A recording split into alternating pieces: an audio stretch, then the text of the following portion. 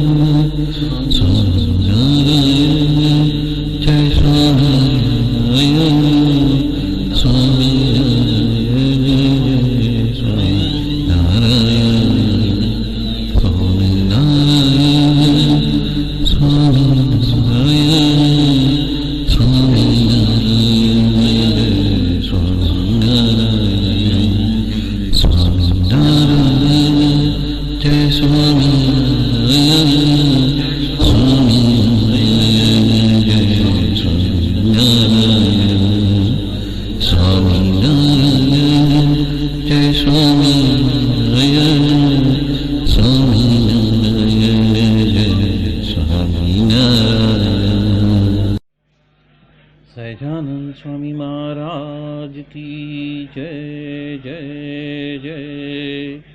ધામ ધામી મુક્તો કી જય જય જય મુક્તાક્ષર પુરુષોત્તમ કી જય જય જય જે ઉત્પત્તિ તથા સ્થિતિ લય કરે વેદો સ્તુતિ ઉચ્ચરે જે નરોમ સુચિદ્રમાણુ સમા બ્રહ્માંડ કોટી પરે માયા કાળ રવિ શશી સુરગણો આજ્ઞાન લોપી ક્ષણ એવાક્ષરધામના અધિપતિ શ્રી સ્વામિનારાયણ મહાધ્યાનાભ્યાસમ વિદતમજસ્ત્રમ ભગવત પવિત્રે સંપ્રાપ્તમ સ્થિતિમતિવરેકાંતિકવૃષે સદાનંદમ સારમ પરમહરિવાર્તાવ્યસનિનમ ગુણાતીતાનંદમ મુનિવરમહં નોમિ સતતમ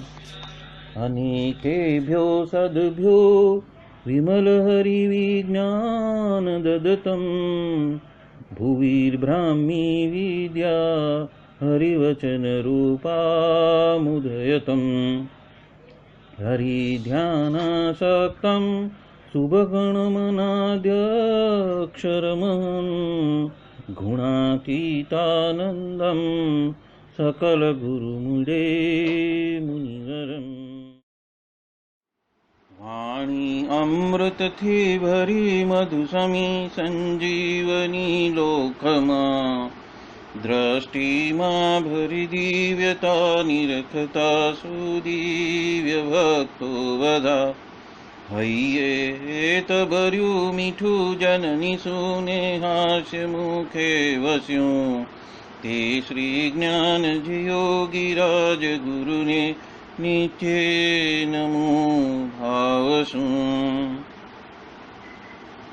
જેની અમૃતવાણી તો વહી રહી સાક્ષાત મહિમા રૂપે જેની બ્રાહ્મી સ્થિતિ અહોલીન કરે શુભવ્યક્ષર પદે શરણાગત નિજ અલ્પ જીવ સહુના શ્રેયાર્થ તત્પર રહે કાકા સ્નેહલ સિંધુ દિવ્ય વિભુને હૈયો તો વંદન કરે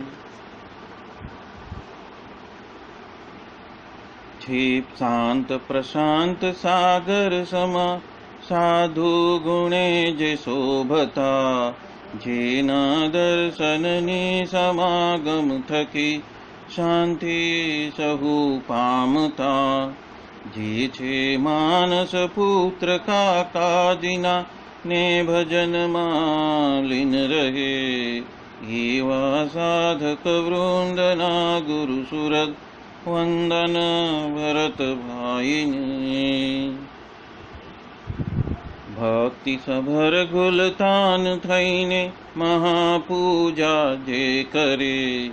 अनुवृत्ति अद्भुत जाळवी रीजया काकाजिने मलकंतु मुख पुलकित हय्यो युवानो ने जे गमे एवा सुरद भुलकु विरल वंदन अहो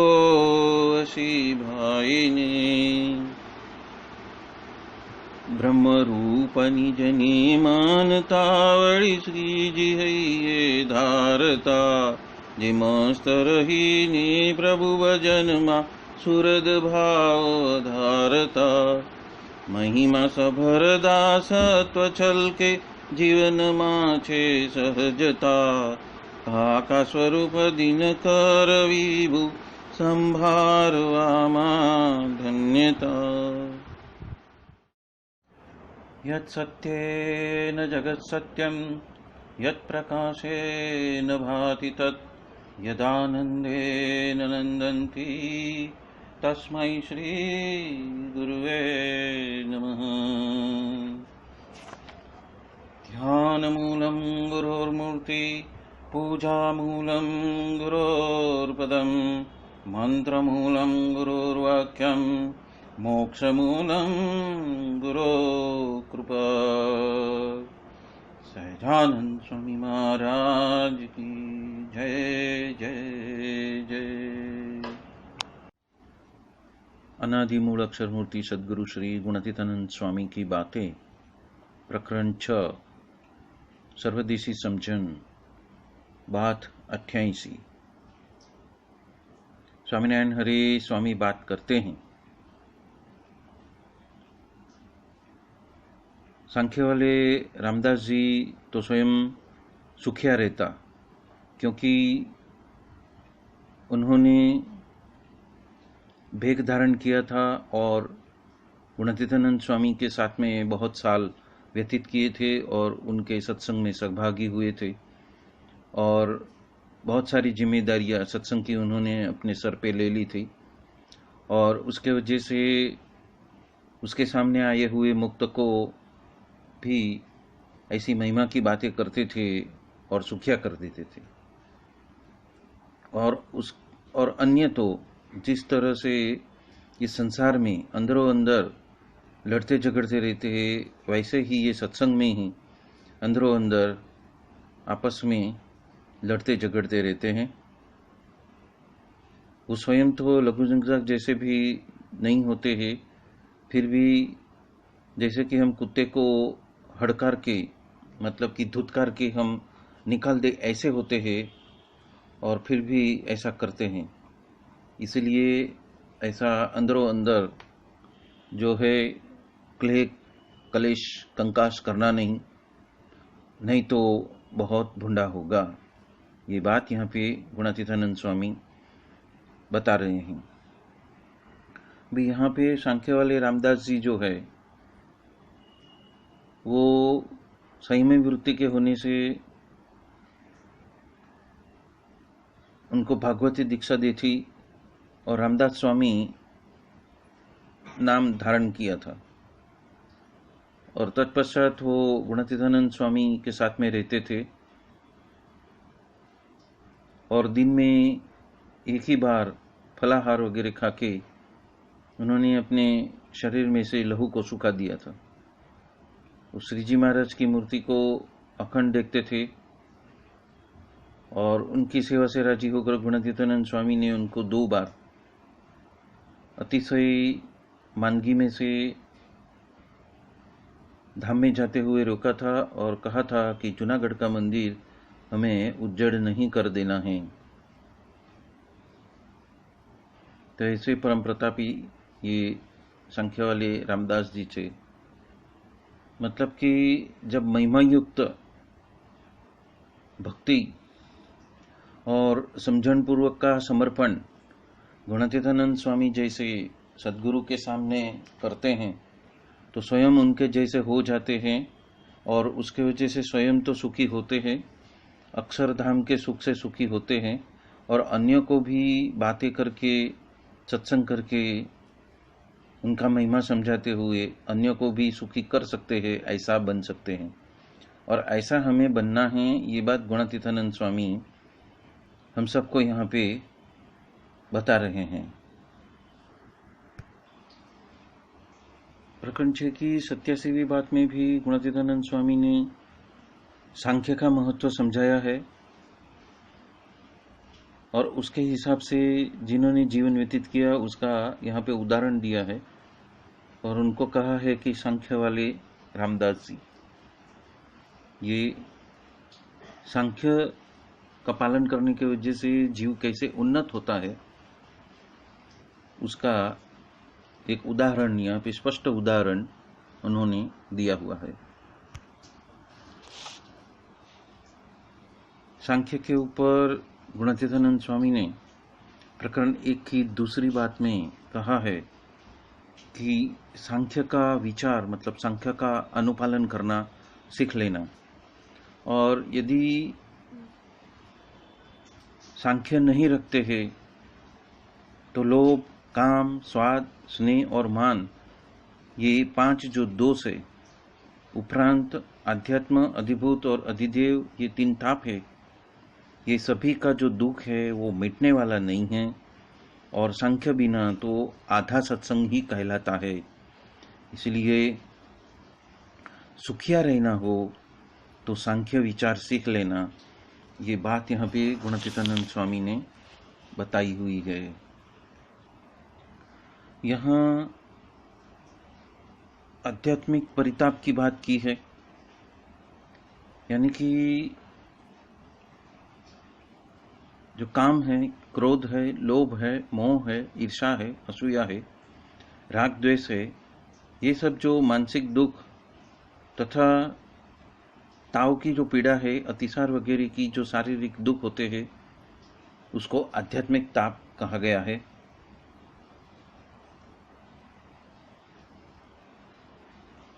उपरांत अध्यात्म यानी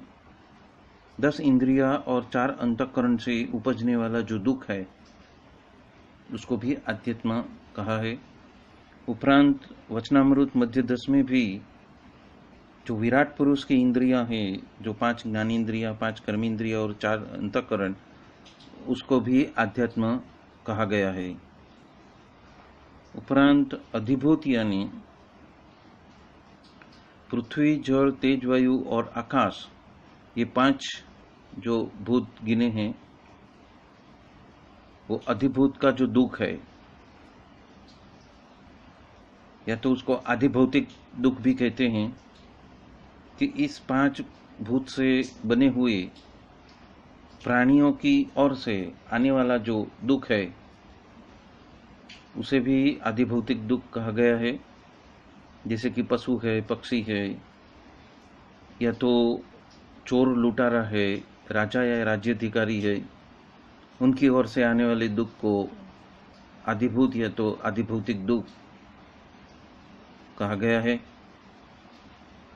उपरांत अधिदेविक दुख यानी कि देव संबंधी जो आपत्ति है, मतलब कि अतिवृष्टि है, अनावृष्टि है, भूकंप है, आग लगनी है, बिजली गिरनी है वगैरह वगैरह, प्रकृति में होने वाले उत्पात के वजह से उत्पन्न होने वाले दुख यानी कि अधिदैविक ताप, उसको भी अधिदैविक दुख कहा गया है। तो सांख्य यदि नहीं होगा तो ये 3 भी हमें पीड़ा पहुंचा सकते हैं। इसलिए सुखिया रहना है तो उसके लिए सांख्य विचार सीख लेना और ये सांख्य विचार की बात तो हमने आगे बात 87 में, प्रकरण 6 की 87वीं बात में हमने उसके ऊपर विचार विमर्श किया हुआ है। प्रकरण 6 की 67वीं बात में भी सांख्य के बारे में गुणातीतानंद स्वामी ने बात की है, जो आप उस बात से रिफर कर सकते हैं जिसका वीडियो बना है। और गढ़ड़ा मध्य 10 में भी श्री जी महाराज ने स्वयं सांख्य के ऊपर बहुत अच्छी बातें कही है। बात 89वीं, स्वामीनारायण हरे स्वामी बात करते हैं, कथा में जब समय आता है तो कितने लोग वहाँ पे रहते नहीं हैं, और कई कुछ लोग तो 2-2 आसन रख देते हैं। तो वो क्या जानते होंगे कि ऐसे कहने वाले फिर मिलने वाले नहीं हैं। और गोपालानंद स्वामी थे तब भी उसकी मंडली के साधु भी वहाँ पे कोई रहते नहीं थे, और अन्य सब बैठे रहते थे, ऐसा है। जब तक 3 पीढ़ी होती है तब तक हकीकत में सब कुछ हो रहा है, और ऐसी 3 पीढ़ी हुई हो वहाँ तो व्यक्ति अन्य बातें लेकर बैठ जाते हैं, पर फिर भी हमें साधुता तो रखनी है। और जब तक बड़े साधु है तब तक सब ठीक है, और तत्पश्चात तो गृहस्थ को पत्नी, बच्चे, रुपया पैसा और खाना पीना, और त्यागी को तो देह, चेला और खाना, ये 3, और ये दोनों को तो जोग ही नहीं है, उसमें क्या। यहाँ पे एक बात कही है कि ये साधु पृथ्वी के ऊपर, मतलब कि गुणातीतानंद स्वामी चिरंजीवी है, और वो गुरु परंपरा में पीढ़ी दर पीढ़ी अवश्य रहने ही वाले हैं। और ऐसी बातें उनके माध्यम से श्री जी महाराज सबसे बातें करने वाले हैं, ये बात कही है।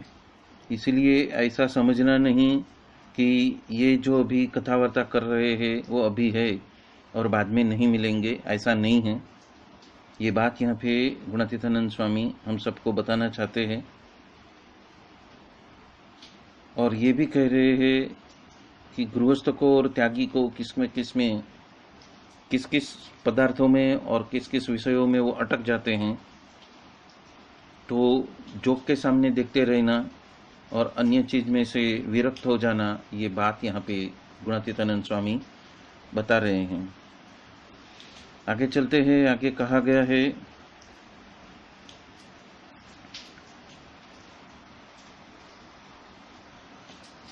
तुलसी सोनर चतुर है,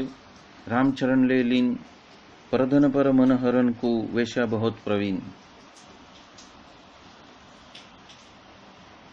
तो यहाँ पे तुलसीदास की साखी ली है।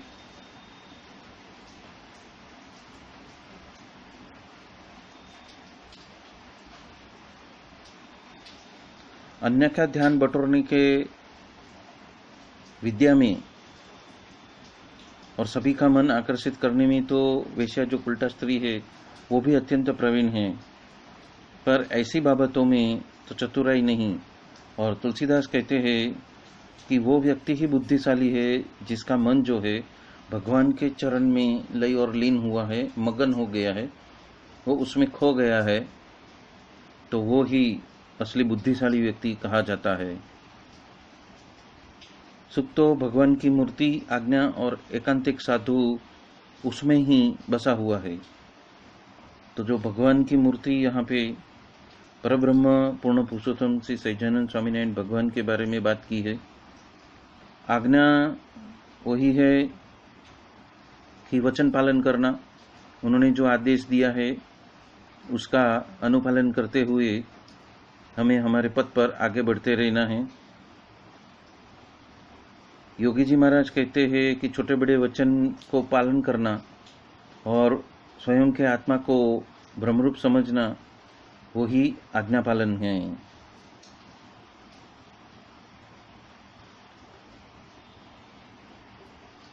और जो अक्षर ब्रह्म, जो स्वरूप सत्पुरुष है, जो हमें मिले हैं, जैसे गुरु रूप है, जो गुरु रूप हरि है, उसमें ही सुख समाया हुआ है। ये बात यहाँ पे गुणातीतानंद स्वामी हमें जताना चाहते हैं। संसार में सरसों रहे न मन मारे पास, संसार जेने लोपे नहीं ते जान हरि नो दास। यहाँ पे गुणातीतानंद स्वामी कहना चाहते हैं, जो संसार में ही ओतप्रोत रहा है, जो डूबा हुआ है, कि वो कितना भी संसार व्यवहार करे फिर भी उसका मन भगवान में ही जिसका होता है, और संसार में रहने होने के बावजूद उसको संसार का बंधन होता नहीं है, वो उसी को भगवान का दास कहा गया है। मतलब कि सांसारिक प्रवृत्तियां वगैरह सब कुछ करते रहता है, फिर भी वो वहाँ से अलिप्त रहता है, उसकी मन और चित्त वहाँ पे चिपक नहीं जाते हैं, और उसका संपूर्ण ध्यान तो अनुसंधान तो जो अपने हृदय कमल में विराजित जो मूर्ति है उसके ही अनुसंधान में रहता है, और उसके वजह से उसको कुछ भी बंधन नहीं होता है, और उसे ही भगवान का दास कहा गया है। ये बात इस साखी में कहा है।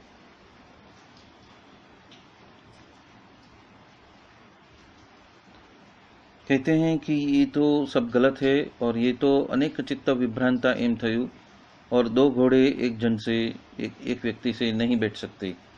मतलब कि ये जो अनेक चित्त विभ्रांता, मतलब कि अनेक प्रकार की चित्तवृत्ति से विभ्रांत हुआ हुआ मोह की जाल से बंधाए हुए विषय भोग में आसक्त आसुरी जन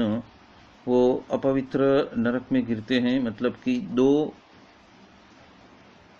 घोड़े पे एक साथ में सवार नहीं हो सकते हैं, और इसके लिए यहाँ पे ये समझाया हुआ है कि हमें हरि का दास बनना है, और संसार में रह के चित्त विभ्रांता की स्थिति को प्राप्त नहीं करनी है, और इसीलिए हमें सजग हो जाना है। चित्त की वृत्ति एक है, भावे तहाँ लगाओ, चाहे तो हरि की भक्ति करो, चाहे तो विषय कमाओ। मन की वृत्ति तो एक ही है, आप जिसमें भी जोड़ लो, और भगवान की भक्ति में जुड़ जाते हैं तो कितना भी विषय आपको भुगतना पड़े, परंतु दोनों बात एक साथ होने वाली नहीं है। ये बात यहाँ पे कहते हैं कि आटा भी खाना और हंसना भी दोनों बात एक साथ में होती नहीं है। और वो जो काठी वाला का जो करना है, ऐसे आसे ताड़ो बगड़तो ने औसे ताड़ो बगड़तो, मतलब कि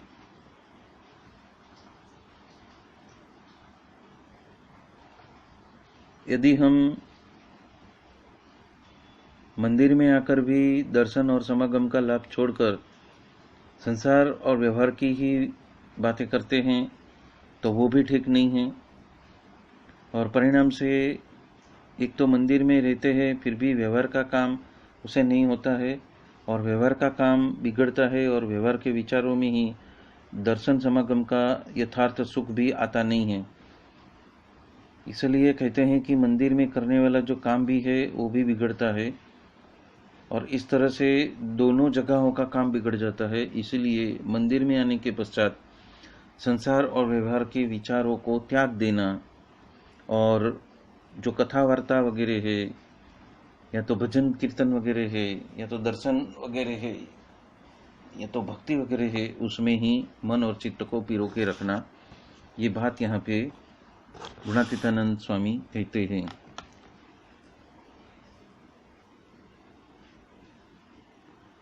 मंदिर में बड़े बड़े साधुओं के पास में जिस तरह से शांति रहती है, ऐसी घर पे नहीं रहती। ऐसा अनुभव तो सबका होता है, पर ग्रीष्म ऋतु में ठंडक हो या फिर वर्षा ऋतु में ठंडक हो, ये बताओ। तो अब हमें सब जो जमा हुए हैं वो मन में ऐसे सोच रहे हैं कि कसर को टालकर भगवान के चरणारविंद में जुड़ जाना है, वो जिस तरह से व्यापार में, खेतीबाड़ी में, व्यापार में जैसा उसका आग्रह है, वैसा भगवान के चरणारविंद में आग्रह रखेंगे, तब तो महाराज के पास में आप जा सकोगे। और खेतीबाड़ी वगैरह करने से तो बंधन होने वाला है, उसमें तो कुछ भी माल नहीं है, तो क्या नहीं करने का और क्या करने का। तो कहते हैं कि देह का व्यवहार चल जाए उतना तो करना।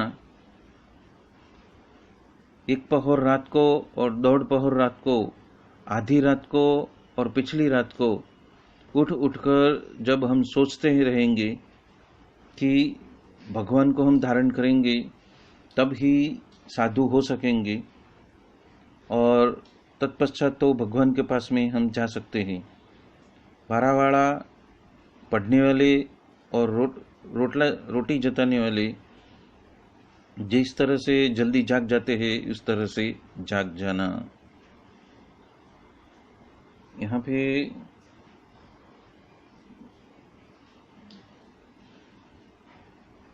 गुणातीतानंद स्वामी ये एक दृष्टांत दे रहे हैं कि चौकी करने वाले जो व्यक्ति रहते हैं, वो जब उसको रात पाली आती है तो जिस तरह वो जागता है, पढ़ने वाला यानी कि अच्छी पढ़ाई करने वाला वो भी रात को जागकर वो पढ़ाई करता है, और रोटी कमाने वाला भी धन की लालसा से रात को जागकर ज़्यादा काम कर लेने की इच्छा रखता है। उसी तरह यदि हम भगवान की भक्ति करने के लिए हम जाग जाग कर अंतर्दृष्टि कर लेंगे और अपनी आत्मा के बारे में भगवान को अखंड बसे है ऐसा धारण करके हम भजन करेंगे, तो ये क्रिया करने के लिए हमें सजग होना है, हमें सचेत होना है। ये बात यहाँ पे गुणातीतानंद स्वामी प्रकरण 6 की 89वीं बात में हमें बता रहे हैं। मतलब कि ये कह रहे हैं कि एक तो जन्म है 100 साल का, और उसमें यदि हम सांसारिक आदिव्याधि उपाधियों में ही फंसे रहेंगे, व्यवहार जगत के चक्कर में ही हम लौटे रहेंगे, तो कभी भी ये जो भगवान के चरणारविंद जो हमें मिले हैं, जो ऐसे अलभ्य साधु और भगवान की प्राप्ति हुई है, वो सब छूट जाएगा और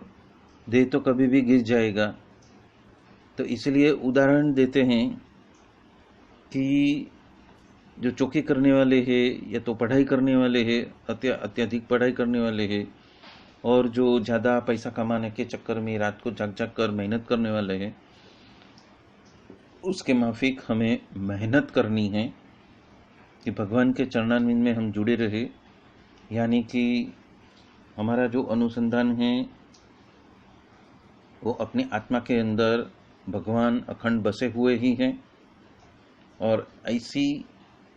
इसी अनुसंधान से भजन भक्ति करते रहे। वो बात यहाँ पे गुणातीतानंद स्वामी हम सबको जता रहे हैं। प्रकरण 10 की 217वीं बात में गुणातीतानंद स्वामी कहते हैं कि ये घड़ी तो लाखों की वो चली जा रही है, बाकी सब तो गया नदी के पूर्व में बह गया है।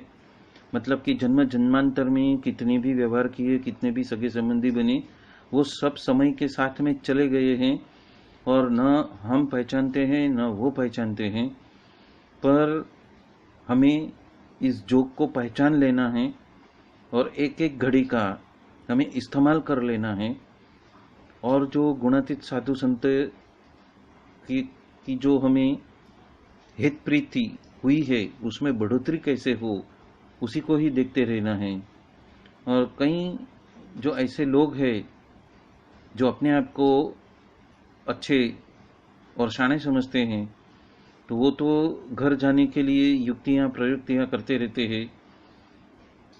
और इसी वजह से वो तो संसार तो बिगड़या ही है, लेकिन ये सत्संग भी बिगाड़ के बैठ जाते हैं। तो ये दोनों न बिगड़े, उसकी बात यहाँ पे गुणातीतानंद स्वामी हमें जता रहे हैं। यहाँ पे गुणातीतानंद स्वामी ये जताना चाहते हैं कि संसार की जो कुछ भी परोजन है वो तो सत्संग में लेके आना नहीं, उसको सब कुछ भूल जाना, पर सत्संग में जो बात सीखी है उसका अनुपालन घर में जाके भी करते रहना, उसकी विचार विमर्श और उसका अनुसंधान संसार में हर एक क्रिया करते समय उसका अनुसंधान रखते हुए सभी क्रिया करना, तो ये जीव तो वृद्धि को प्राप्त होता है। ये बात यहाँ पे गुणातीतानंद स्वामी बताना चाह रहे हैं। प्रकरण 9 की 57वीं बात में गुणातीतानंद स्वामी कहते हैं कि भगवान में भी मनुष्य भाव दिखाई पड़ता है और बड़े बड़े साधु में भी मनुष्य भाव दिखाई देता है, और उसके वजह से जो है तो उसका अहित होता है। एक तो जीव का जो सत्संग है वो तो एक तो माँ बाप का सत्संग है और दूसरा मामा का सत्संग है, पर ये सत्पुरुष के समागम में से ही सभी बात स्पष्ट रूप से समझ में आ सकती है।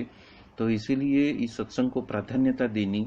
और मनुष्य भाव न भगवान में नहीं हमें मिले हुए सत्पुरुष में करना है, और दिव्य भाव को रखते हुए ही सत्संग में हम आगे बढ़ेंगे तो इस जीव का बहुत ही अच्छा होगा, रूढ़ा होगा, मतलब कि वो अपने लक्ष्य की ओर एकाग्रचित से आगे और आगे बढ़ता ही जाएगा। वो बात यहाँ पे गुणातीतानंद स्वामी बता रहे हैं। प्रकरण 10 की 341वीं बात में गुणातीतानंद स्वामी कहते हैं कि धामरूप अक्षर के साधर्म्यपणा को प्राप्त किए बगैर पुरुषोत्तम की उपासना के अधिकारी हम हो ही नहीं सकते हैं, और हमें किसी भी हरिजन का अवगुण लेना नहीं है, मतलब किसी भी सत्संग के अंदर आए हुए ऐसे भक्त का अवगुण नहीं लेना है। तो जो अवगुण नहीं लेगा तो उसका सत्संग तो पूनम के चंद्रमा की माफिक वृद्धि को ही प्राप्त करेगा, और यदि अवगुण यदि लेता रहेगा तो वो जीव है अमावस्या के चंद्र जैसा हो जाएगा, मतलब कि उसका अधोपतन होएगा। मतलब यहाँ पे गुणातीतानंद स्वामी कहते हैं कि जिस तरह से संसार के अंदर हम एक दूसरे व्यक्तियों की हम अभाव गुण ही लेते फिरते हैं, उसी तरह ये सत्संग में वही काम, वही संसारिक वृत्तियों को लेकर इस सत्संग में मत बैठना,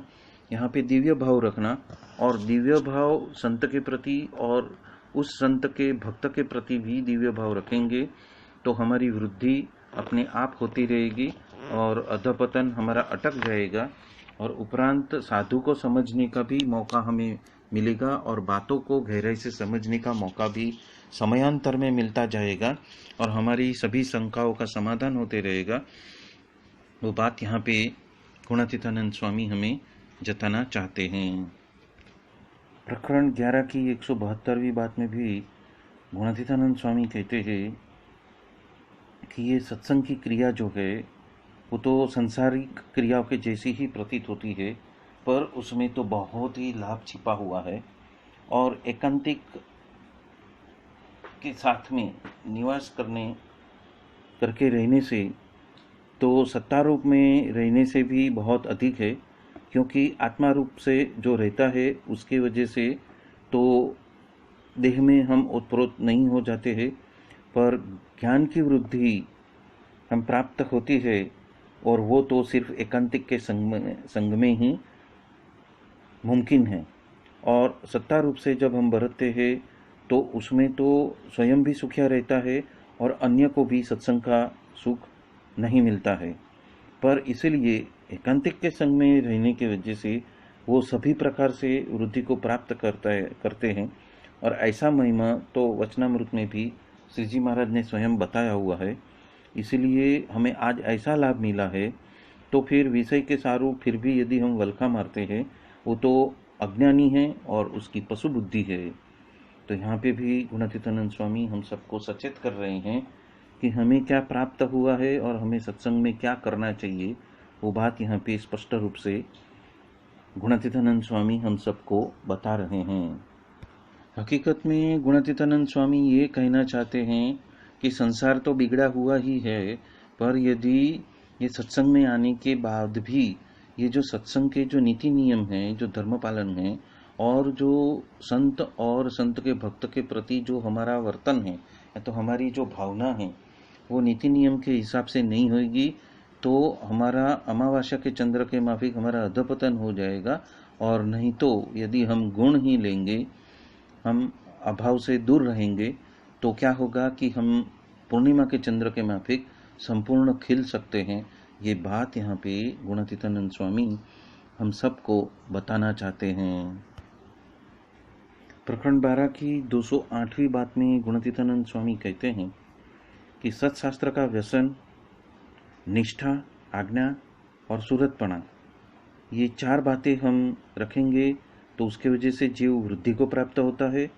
और मान विना की, मान बगैर की जो भक्ति करता है तो बड़े साधु बहुत ही राजी हो जाते हैं। और मान होय और यदि कोई टोक देता है तो हमारी वृत्ति जो है अवड़े रास्ते पे चल जाती है।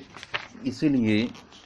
विचार करना कि मुझे तो पंच विषय में से किसकी वासना बलवान है, और ऐसा अंतर में तपास करके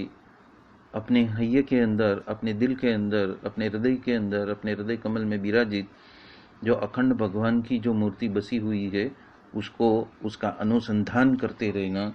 तो सत्संग में हम पूर्णिमा के चंद्रमा के माफिक हम खिल सकते हैं। ये बात यहाँ पे गुणातीतानंद स्वामी हमें बता रहे हैं। प्रकरण 14 की 120वीं बात में गुणातीतानंद स्वामी 3 अंगों के संबंध में बात करते हैं कि निजात्मानम ब्रह्म रूपम, वो महाराज का अचल सिद्धांत है। और इसके ऊपर चिंतन मनन करना कि सोई साचे मम दास है उधो, देह इंद्रिय के कृत से न्यारो, एकांतिक मत जास है उधो। और उसमें जो बात, जो गहराई, जो सच्चाई छिपी है कि जो निजात्मानंद ब्रह्म रूपम के अनुसंधान से रहता है और भक्त का दास बन के रहता है,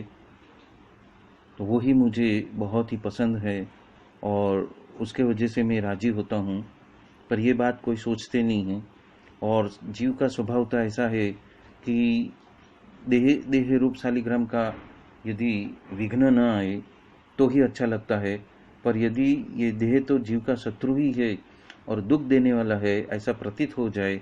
और उपरांत वचनामृत में जीव को ओतप्रोत किए बिना, मतलब कि वचनामृत में बताई हुई बातों का चिंतन मनन किए बिना ज्ञान कहाँ से होएगा और वृद्धि कहाँ से प्राप्त करेगा। तो यहाँ पे हमें सचेत कर रहे हैं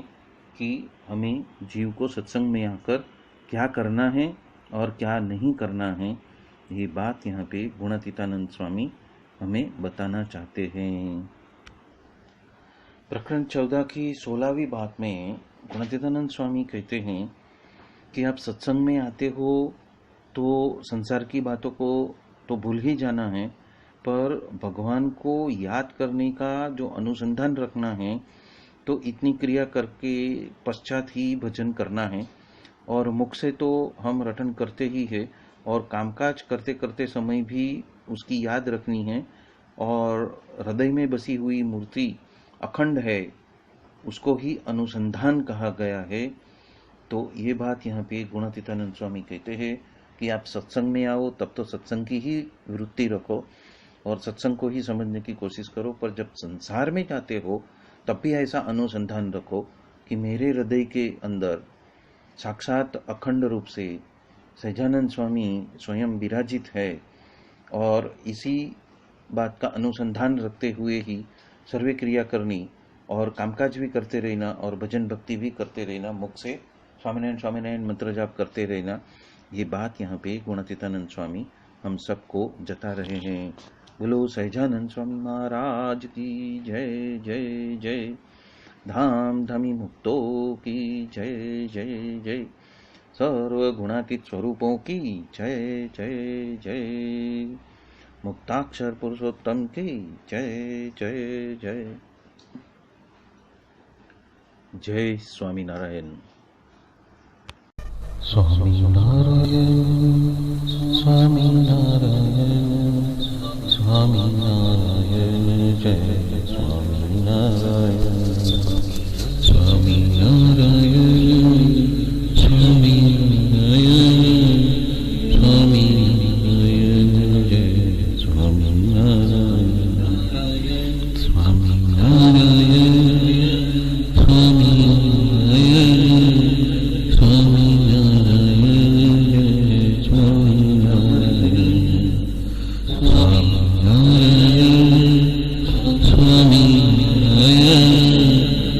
स्वामी